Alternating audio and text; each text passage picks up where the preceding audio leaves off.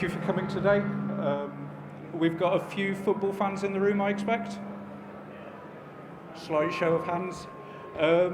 You will, those of you who watch the game, perhaps even those of you who don't, be well aware of how football clubs are said to change their manager. When they change their manager, they change their assistant manager. When they change their assistant manager, they change the fitness coach, they change the goalkeeper coach. And we're all quite used to that.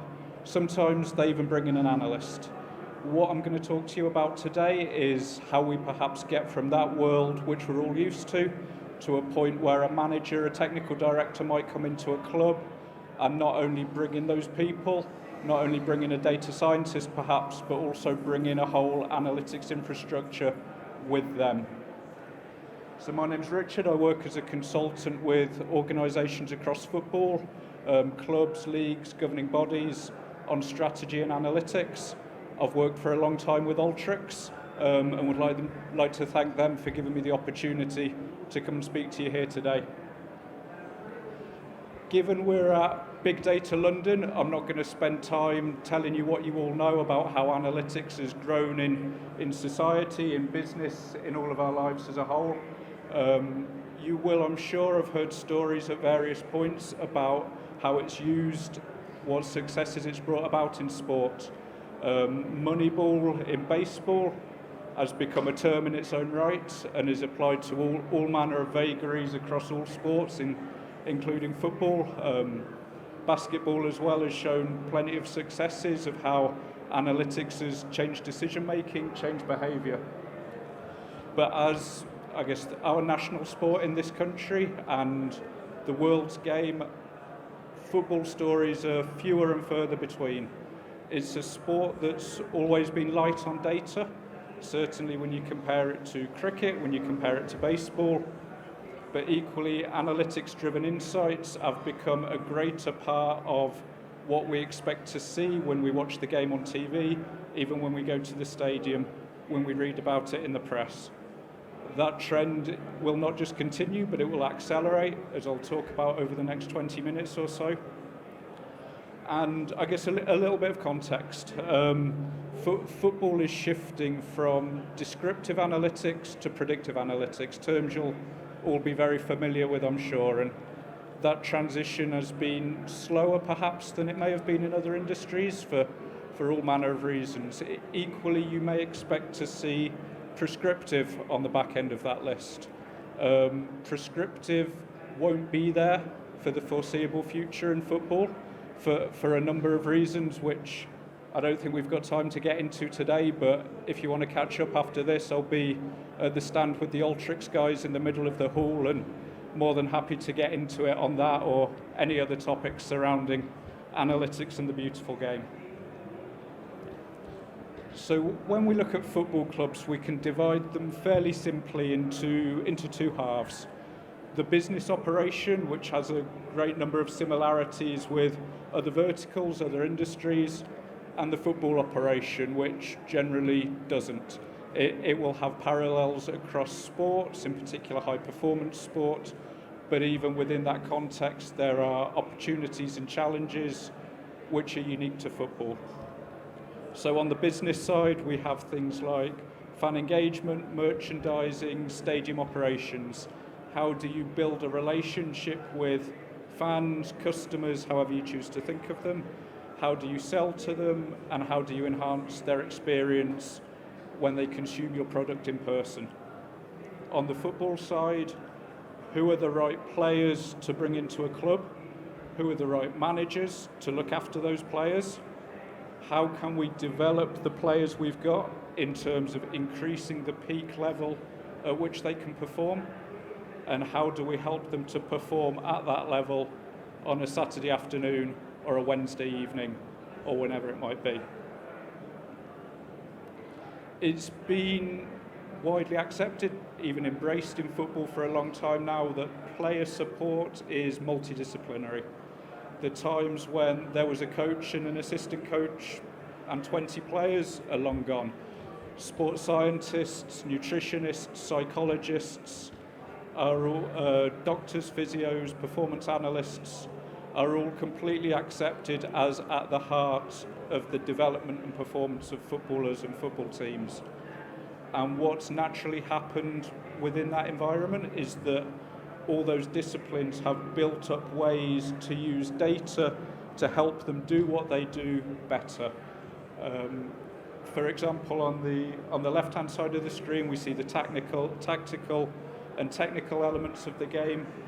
The main data sources you might find there are event data for what's happened in a match.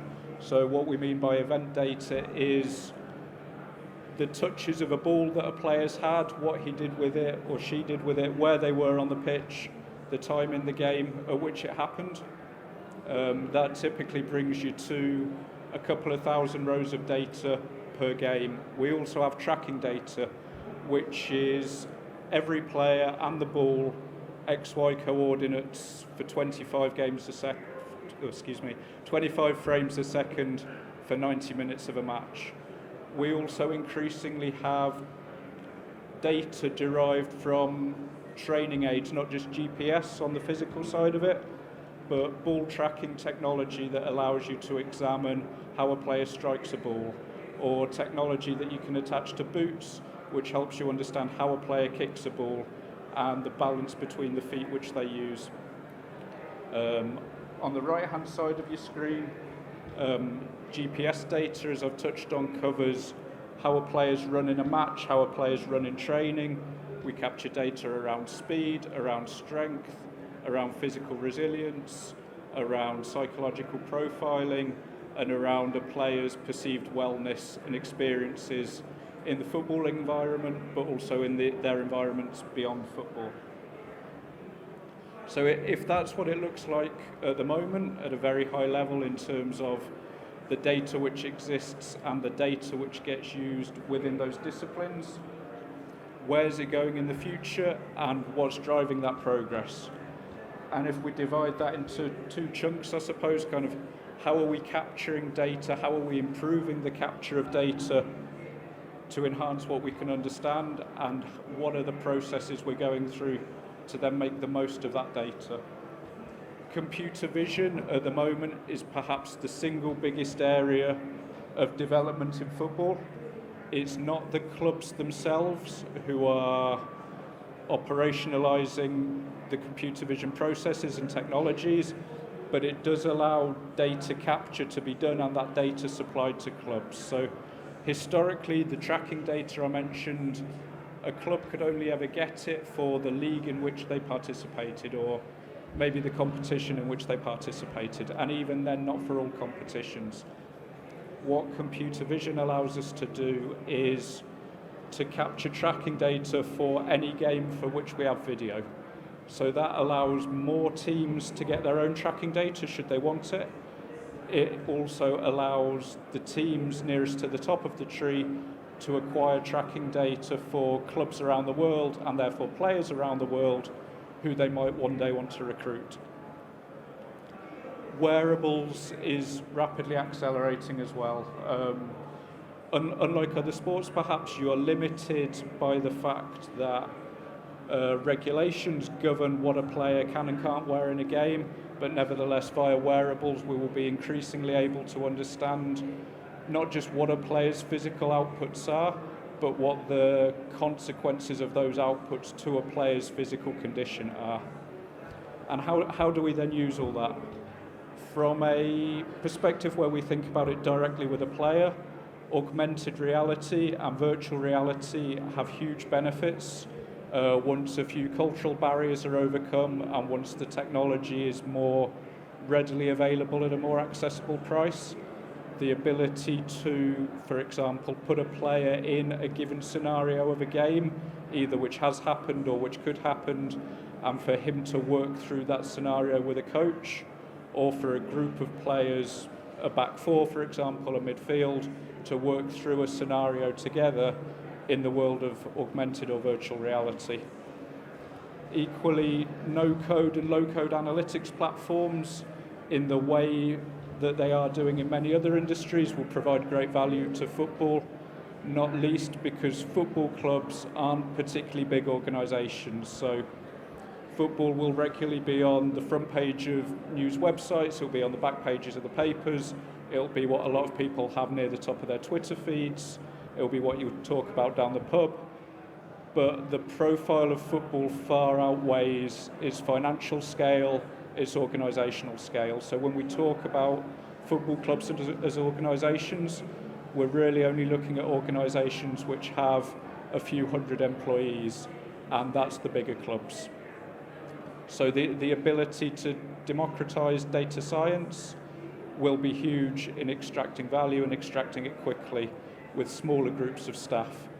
And AutoML in many ways falls into the same bracket, that same kind of circumstance of the resources, the scale of clubs, where they're looking to get benefit and how they're looking to do it.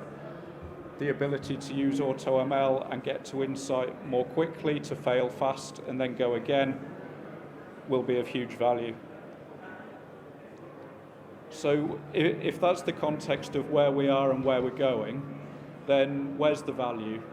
I talked earlier on about talent ID, player development, player and team performance as the areas of focus, but when we look at how can analytics help clubs and other football organisations to really deliver value, to really make a step change in the quality of what they do, it all comes back to one thing, and that's the market for talent.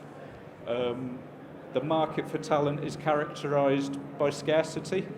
You don't need me to tell you that there is literally only one Kylian Mbappe, there is literally only one Ronaldo, and there is no amount of coaching that will get some other players to those levels.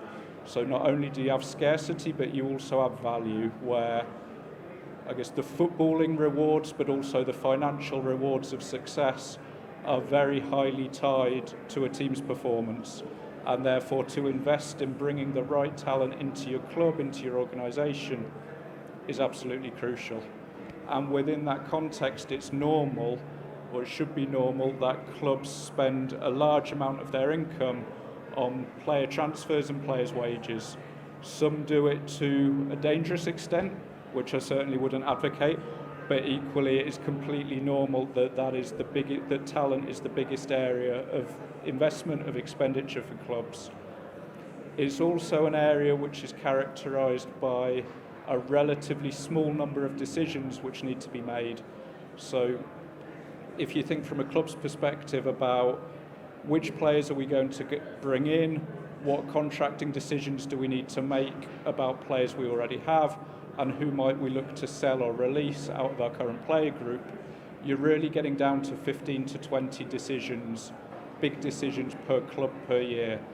And thanks to the transfer window and contract expiry dates, we know when those decisions are going to have to be made, we know when the action's going to have to be taken, and therefore you can plan for them in a very organised and very structured way.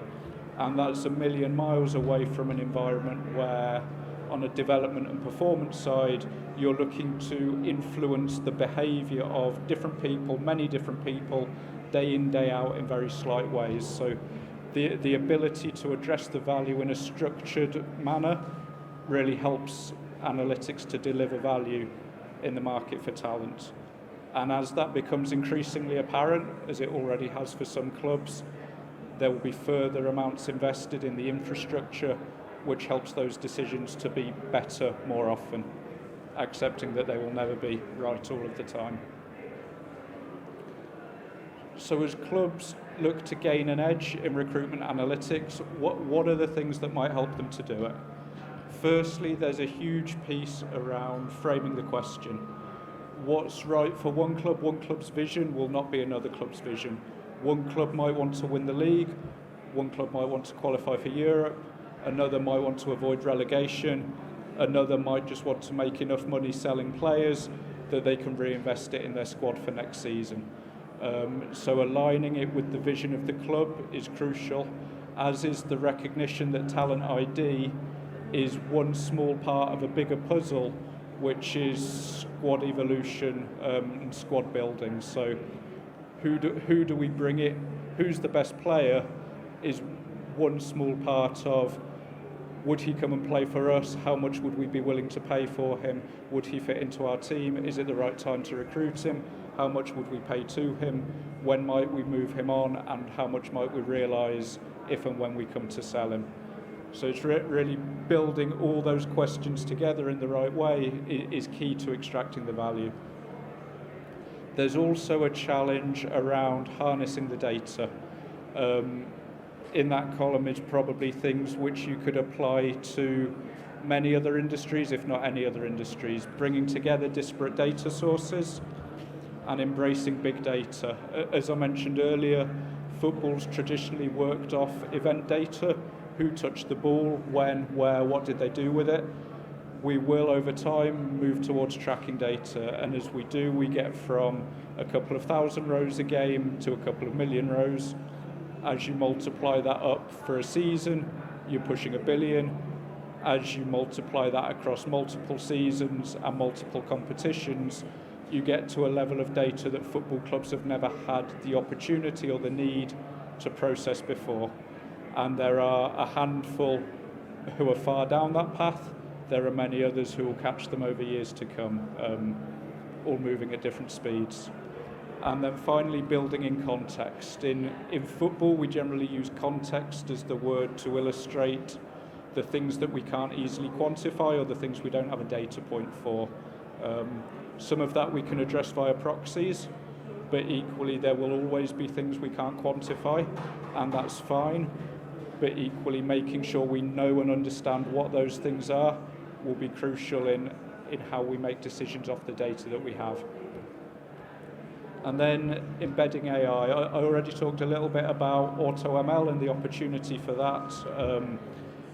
But really the transfer market and player recruitment is a use case which is tailor-made for machine learning and predictive analytics. Because ultimately your question is, based on everything we know about what a player's done in the past, how likely is he to succeed at a given club, in a given league, in a given role? And how traditionally have we made those decisions? We've made those decisions by looking at what the player in question has done in the past and comparing that to what other players have done in the past who have gone on to make similar transitions and what they've then done after the transition. So there's really a great use case there for embedding predictive analytics in a way which goes far beyond what is current practice or common practice in clubs at the moment. In doing so, there are cultural challenges, and there are challenges around safeguarding and process, which often go hand in hand and ultimately are all about building trust. Is it right that we get to a place where an algorithm, a machine learning model decides which player we buy or which player we sell or for how much? No, absolutely not. But it would be completely normal that we should give the model a voice at the table, understanding what the model is built on, what it's not built on, how reliable it is, where it struggles, where it does well, and accepting that the ultimate decision maker for the foreseeable future is neither the model nor a person with a background in data science or machine learning. So building the trust in the model and applying it at the right times in the right way will be a challenge that many clubs go through over years to come. So what does the future hold? The more clubs improve the quality of the decisions they make and the regularity with which they make decisions with that quality, the better they will tend to do in the market for talent, and therefore the better they will tend to do in the football competitions in which they play. And what that means is that clubs who have relatively smaller budgets have the opportunity to punch above their financial weight by making better decisions in terms of who they bring in. Once that begins to happen with increasing frequency, and some of you in the audience may already be able to think of examples where it is happening, those who are behind the curve will start to invest more, and we will move towards strategic investments in analytics. Whilst it's become reasonably common for football clubs across the big 5 leagues to have data scientists, to have data analysts, We're yet to get to a point where for the bulk of those clubs, or even for more than a handful of those clubs, performance analytics is seen as a strategic priority and resourced accordingly. That has to come with time and is inevitable. We will also move from event data to tracking data, not just because, given the investments, we will have the platform to understand and manipulate the tracking data better than we can at the moment, but equally because it is so much richer. If historically the language of football, the language of coaching is all about space, time, distance, speed, movement, it's not about cross-completion percentages or possession percentages or number of dribbles completed. And the advent of tracking data gives us the opportunity to, in an analytic context, move from what has become the language of analytics and to really use analytics within the language of football, within the language which resonates with coaches, resonates with scouts, and is able to give us a deeper understanding of the game.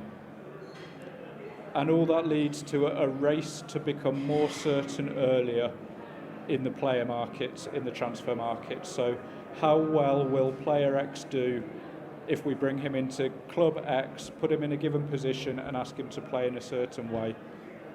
The way that football works is there is a market for players, and if you come to hold knowledge at the same time as everyone else, you will be dictated to by market values. However informed or not the clubs you're competing with are, you will not set the price for a player because the market will set that price.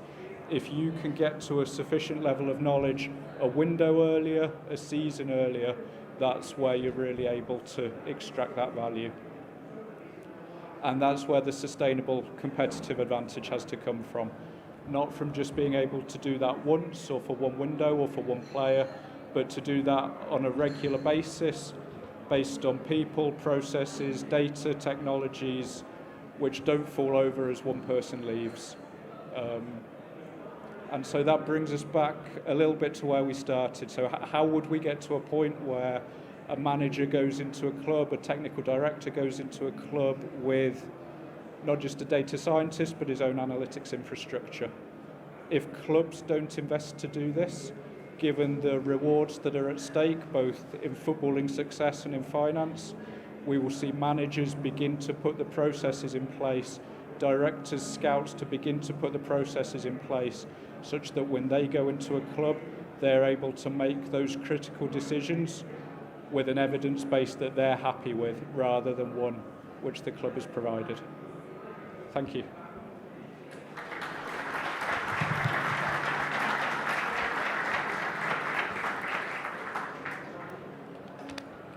I think we've got 5 or so minutes left. The fourth official's just hold up the board. If anyone has any questions, happy to take some now or happy to catch up later on this afternoon. Yes. I think we have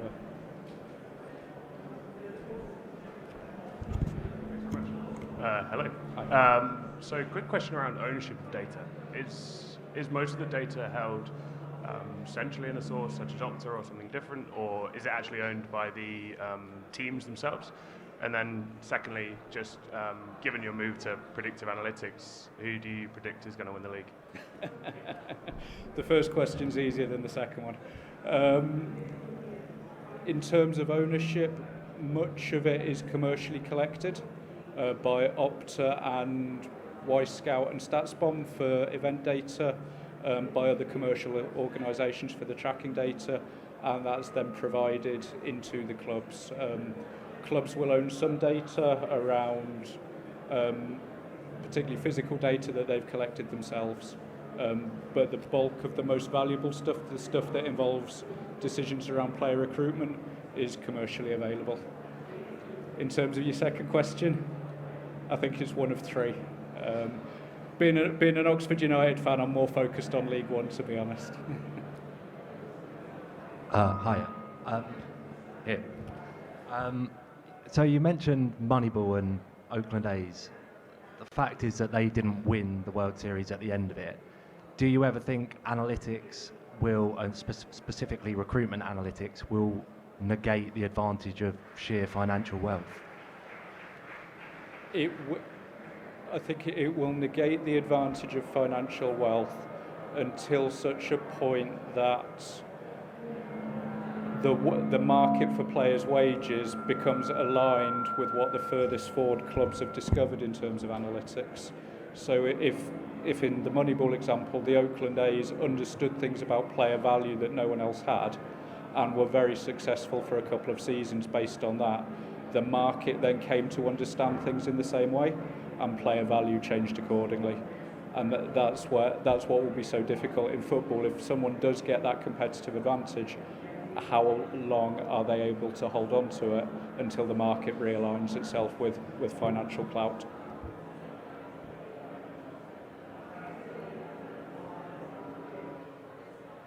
Hold on. Thank you.